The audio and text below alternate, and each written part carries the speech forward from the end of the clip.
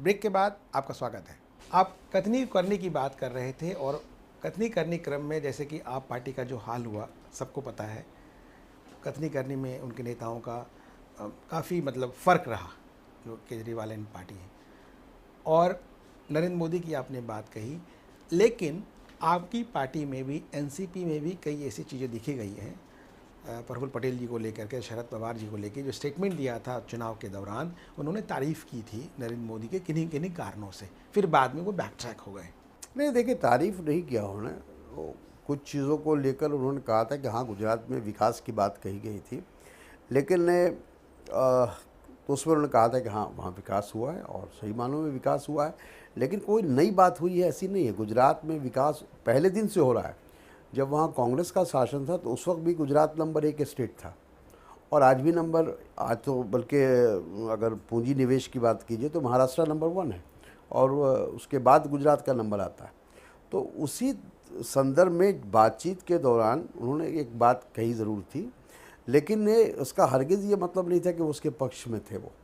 उन्होंने बाद में उस बात को क्लियरफाई किया और कहा कि नरेंद्र मोदी के समय में जो घटनाएं हुई गुजरात में, उसको नज़रअंदाज नहीं किया जा सकता है। अभी जो हम लोग बात कर रहे थे, प्रफुल्ल पटेल जी ने कहा था कोर्ट ने उनको क्लीन चिट दे दी है, तो इसलिए नरेंद्र मोदी जो है उन पर जो दाग लगा था वो वैसे व्यक्ति नहीं है, इसलिए हम विचार कर सकते हैं। नहीं, विचार की बात उन्होंने कभी नहीं कही थी। कोर्ट की बात ज़रूर कही थी कि कोर्ट का फैसला आया है, लेकिन वो कोर्ट निचले कोर्ट का है, वो हाई कोर्ट या सुप्रीम कोर्ट का फैसला नहीं था और अभी बहुत कुछ होना बाकी है। अब तो खैर वो प्रधानमंत्री बन गए, हो सकता है वो तमाम चीज़ों पर लीपापोती हो जाएगी, लेकिन आज भी जो लोग उस दौरान में प्रभावित हुए थे 2002 के दंगे में, आज भी वो महसूस करते हैं कि उनको इंसाफ नहीं मिला।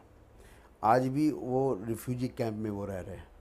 आज भी उनके साथ सौतेलावन का बर्ताव हो रहा है। उनका जो भी उनकी क्षति हुई उसकी क्षतिपूर्ति आज तक नहीं हुई। ये तमाम चीज़ें हैं, ये तो देखने वाली चीज़ है, ये जाकर वहाँ देखने वाली चीज़ है। अगर कोई देखना चाहे तो उसको सर्वे कर सकता है। तो बड़ी बड़ी बात करना अलग बात है, लेकिन आज भी लोग डरे हुए हैं, सहमे हुए हैं। गुजरात के अंदर लोग जो अल्पसंख्यक समुदाय के लोग हैं वो डरे और सहमे हुए हैं और इसीलिए वो खुलकर कोई बात नहीं कहते। नहीं, वो कहते हैं कि भाई अब सब आत्मनिर्भर हैं, हमने उनको काफ़ी मदद की, उनको कई ऐसे प्रोग्राम कार्यक्रम जोड़ा बना। लोग वापस नहीं गए जहाँ से वो उजाड़ दिए गए थे या जिनके घरों में आग लगा दिया गया था या जहाँ से वो मोहल्ला छोड़ के चले गए थे, वो उस मोहल्ले में दोबारा वापस नहीं गए। तो उनके इस कमेंट को कैसे देखते हैं? प्रधानमंत्री नरेंद्र मोदी के कमेंट को पहले भी उन्होंने बोला चुनाव प्रचार के दौरान कि मुसलमान भाई हमसे मिलेंगे तो हमसे प्रेम करने लगेंगे, हमारे बारे में जो अवधारणा गलत पैदा की गई है। देखिए, वो तो हमने बताया, आपको एग्जाम्पल पहले भी दिया। जो आदमी सिर्फ अगर दिखावे के लिए, हम लोग भी कहीं जाते हैं मंदिर में, मस्जिद में, गिरजाघर में, तो वहाँ की जो संस्कृति है, वहाँ का जो संस्कार है, उसको जो अपना ओरिजिनल है तो ओरिजिनल है। जी, आपको याद होगा जब वो सद्भावना का अभियान चला रहे थे गुजरात में और लोगों ने, मुस्लिम समुदाय के लोग उनको टोपी पहनाना चाहते थे तो टोपी नहीं पहना। तो उन्होंने कहा टोपी से क्या होता है, हम उनके लिए काम कर रहे हैं। हाँ, हम टोपी पहना करके लोगों को झुटलाना नहीं चाहते हैं, बहलाना नहीं चाहते है। ये इससे उनकी जहनियत का पता चलता है कि उनके दिल में कितना नफ़रत है, वो कितना घृणा करते हैं कि वो टोपी तक पहनने को तैयार नहीं। उनका कहना है कि हम टोपी पहना के लोगों को झुटलाना नहीं चाहते, उनका अपना इंटरप्रिटेशन। कहीं जाते हैं, हम लोग भी राजनीतिक लोग हैं, समाज में जाते हैं, तो जहाँ कहीं लोग टीका लगा देते हैं, कहीं मंदिर भी जाते हैं, कहीं लोग नारियल दे देते हैं, कहीं कुछ देते हैं, तो हम लोग उसको स्वीकार करते हैं क्योंकि वो उनकी एक परंपरा है।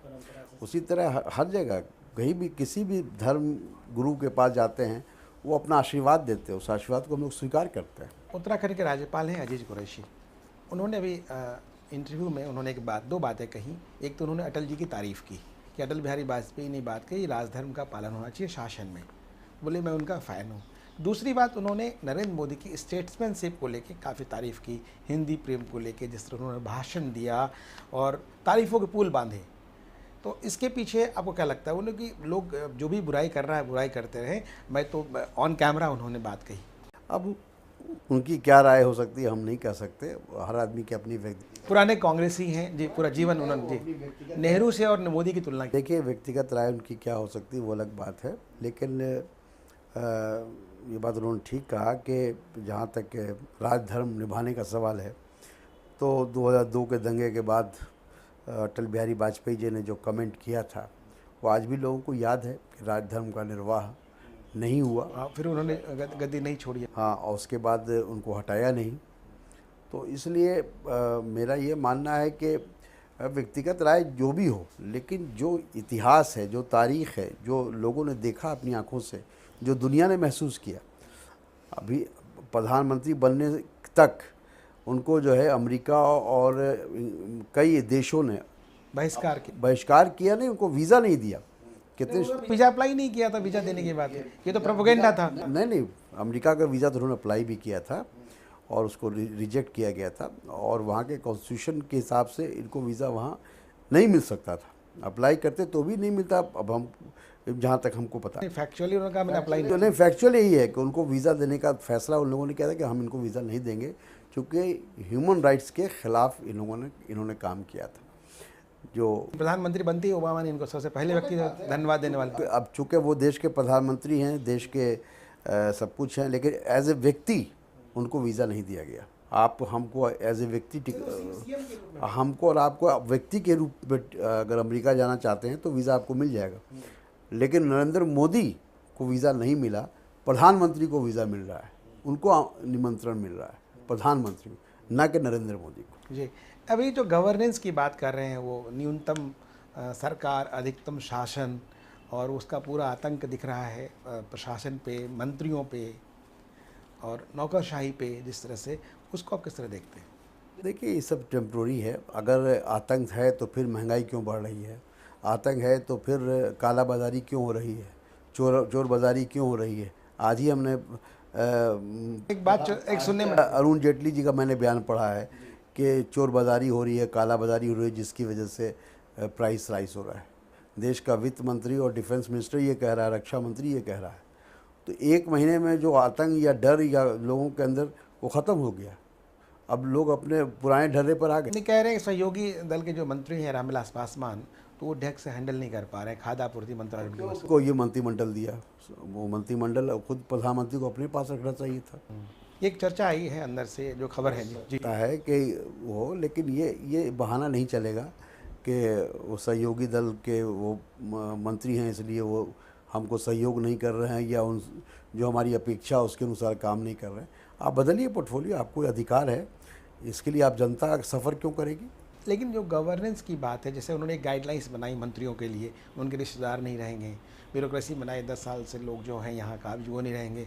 आज आपने खबर पढ़ी होगी, कई अखबारों में छपी है खबर कि जो 42 जो ऑफिसर्स थे IAS, उनको हटा दिए पिछली सरकार के, उनको अपॉइंटमेंट कैंसिल कर दिया गया, बैक टू कैडर जाइए। तो ये जो एक ट्रांसपेरेंसी के लिए जो कोशिश है और जो ऑनेस्टी की बात कह रहे हैं, उसको आप किस तरह देखते हैं? चलिए, अगर ऐसा करें तो बहुत अच्छी बात है, लेकिन अभी हम लोगों ने देखा जब प्रधानमंत्री बनने के बाद ये अपना जब इनको सेक्रेटरी बनाना था, तो जो कानून को इन्होंने बदल दिया और ऑर्डिनेंस लाया, नृपेंद्र मिश्रा वाले। तो अब जहाँ तक उनका सवाल है, वो तो अपना कानून को उसमें तरमीम करके आप अपना सेक्रेटरी बना रहे हैं। और दूसरी तरफ जो प्राइवेट सेक्रेटरीज़ जो पिछले मंत्रिमंडल में काम किए थे दूसरे मंत्रियों के साथ, आज वर्तमान मंत्री उनको अपने साथ रखना चाहते हैं, तो उसका आप विरोध कर रहे हैं और कह रहे हैं कि ये नहीं होना चाहिए। उसको आप देखते हैं फ्रीडम एक्सप्रेशन का हनन तो नहीं है कहीं? देखिए, ये सब है क्योंकि RSS का ये इंस्ट्रक्शन है कि जितने भी मंत्री हैं उनके स्टाफ में RSS बैकग्राउंड का आदमी होना चाहिए, और ये इंस्ट्रक्शन उनको दिया गया है और प्रधानमंत्री उसको फॉलो कर रहे हैं। अभी एक रिपोर्ट आई IB की और कई अखबारों में छपी कि NGO को लेकर के, वैसे NGO जो कि नरेंद्र मोदी का विरोध कर रहे थे या एंटी नेशनल काम कर रहे थे, उनको बैन करना चाहिए, उन पर अंकुश लगना चाहिए। ये गलत है। देखिए, पूरी दुनिया में NGO काम कर रहे हैं, और ठीक है, हो सकता है कहीं कहीं वो किसी के इंटरेस्ट में काम कर रहे हों, आप उनको एक्सपोज करिए, कोई बात नहीं है, लेकिन इस सारे NGOs पर आप बैन लगा दें या उनको कह दें कि ये गलत काम कर रहे हैं, तो ये गलत है। बहुत सारे NGO अच्छा काम भी कर रहे हैं। बांग्लादेशी घुसपैठियों का मसला आपके लोकसभा क्षेत्र से जुड़ा है और उस पर वो जा कर के जब वो नॉर्थ ईस्ट गए तो उस समय नरेंद्र मोदी का भी स्टेटमेंट था, बयान था, काफ़ी कंट्रोवर्शियल रहा। आज की तारीख में उनके एजेंडा पे है, जैसा आपने बताया। तो वो सिर्फ इलेक्शन के लिए है और वो भी जानते हैं कि ये मसला इतना आसान नहीं है। और जहाँ तक के घुसपैठिए का सवाल है, ये कई बार इस पर चर्चा हो चुकी है, कई बार इस पर बहस हुई है। आसाम में इसी इशू को लेकर वहाँ एजीपी की सरकार भी बनी, 10 साल उनका शासन रहा, लेकिन लोग इसी नतीजे पर पहुँचे हैं कि जो लोग हिंदुस्तान में बस गए हैं या आ गए हैं रिफ्यूजी के रूप में, उनको हटाया नहीं जा सकता, उनको भगाया नहीं जा सकता, उनकी जो संख्या है उसको देखते हुए। और एक तरफ तो आप ये कहते हैं कि अगर मुस्लिम आते हैं तो वो घुसपैठिए हैं और हिंदू आते हैं तो वो रिफ्यूजी हैं। ये कौन सी बात हुई? ये कहाँ का इंसाफ है? ये तो नहीं चलेगा। आप सेकुलर अपने आप को कह रहे हैं, सेकुलर मुल्क कह रहे हैं, हमारे यहाँ जो भी आएंगे वो घुसपैठिए होंगे। अगर हिंदू आएंगे तो भी घुसपैठिए होंगे, मुसलमान आएंगे तो भी घुसपैठिए। आपको लगता नहीं कि भारतीय विदेश नीति कहीं न कहीं वो कारण है जिसके कारण ऐसा हो पा रहा है, चाहे बांग्लादेश के साथ हो या पाकिस्तान के साथ हो? बिल्कुल, हमको लगता है कि कहीं ना कहीं हमारे अंदर कमी है और पड़ोसी देशों के साथ हमारे संबंध अच्छे नहीं हैं। हम लोगों को पड़ोसी देशों को विश्वास में लेना चाहिए। और मैं समझता हूँ कि भारत, बांग्लादेश और पाकिस्तान कल तक एक ही देश थे, इसलिए हम लोगों की समस्याएं भी लगभग एक जैसी हैं। और इन समस्याओं का समाधान अगर करना है तो हम लोगों को एक साथ बैठना पड़ेगा। और ये छोटी छोटी बातों में अगर हम उलझे रहेंगे तो कभी हमारे जनता का और जिसको कहते हैं जो हमारी मूल समस्या है उसका समाधान नहीं हो सकता है। नरेंद्र मोदी की सरकार को जो अभी करीब 1 महीना होने को आए, उसको आप कितना मार्क देते हैं कि परफॉर्मेंस के हिसाब से, घोषणा के हिसाब से, क्रियान्वयन के हिसाब से? अभी तो मैं सोचता हूँ कि कोई ऐसी नौबत नहीं आई है कि कोई मार्क्स दिया जाए। हमने तो पार्लियामेंट में ये बात कही थी कि अभी हम इंतज़ार करेंगे और आपने वादा किया है देश की जनता से कि अच्छे दिन आने वाले हैं, तो लोग इंतज़ार कर रहे हैं। और अभी आपका ये हनीमून पीरियड चल रहा है, कम से कम 100 दिन तो हनीमून पीरियड चलेगा। 100 दिन के बाद हम लोग एसेस करेंगे कि आपका क्या परफॉर्मेंस रहा और उसके बाद कहाँ कहाँ क्या कमियां हैं, तब उसको हम लोग फिर देश की जनता को बताएंगे। मतलब 100 दिन के बाद आकलन करेंगे कि अच्छे दिन आने वाले हैं या नहीं आने वाले? आने वाले हैं या नहीं आने वाले? आए नहीं, ऐसा नहीं, आने वाले हैं या नहीं आने वाले? हाँ बिल्कुल, इसका आकलन करेंगे, क्योंकि जो जिस तरह से मामला चल रहा है, जो प्रधानमंत्री का भाषण आ रहा है कि कठोर दिन आने वाले हैं, कड़े फैसले लेने। अभी तो चुनाव से पहले वो कहे थे अच्छे दिन आने वाले हैं, अब वो कह रहे हैं कठोर निर्णय लेने पड़ेंगे। और मतलब दोनों में आसमान ज़मीन का अंतर है। तो इससे ये बात जाहिर हो रही है कि वो भी इस बात को महसूस कर रहे हैं कि जो उन्होंने वादा किया था वो इतना आसान नहीं है। जो चमत्कार की बात उन्होंने कही थी कि हमको, लेकिन निभाना तो पड़ेगा वादा किया। एक बार सत्ता में लाने के बाद हमको आप देखिएगा कि हम किस तरह से काम करते हैं। तो सत्ता तो अब आ गई, अब उसका वो कैसे निभाते हैं इस पर सब लोग की नज़र है। तारिक अनवर जी, आप हमारे कार्यक्रम देश के बात में आए और अपने विचार व्यक्त किए मोदी सरकार के बारे में, पार्टी के बारे में। इसके लिए आपको बहुत बहुत धन्यवाद। आपका भी बहुत बहुत धन्यवाद। मोदी लहर के बावजूद कटिहार से जीत करके आए राष्ट्रवादी कांग्रेस पार्टी के महासचिव तारिक अनवर जी ने बखूबी से अपनी बातें कहीं, उनको आपने देखा, सुना और जाना। और उन्होंने ये भी आशा व्यक्त की कि देखना है कि अच्छे दिन आने वाले हैं कि नहीं आने वाले हैं। उनका आकलन है कि 100 दिन के बाद वो फैसला करेंगे, देश की जनता फैसला करेगी कि अच्छे दिन आए या नहीं आए, उसके संकेत मिले या ना मिले।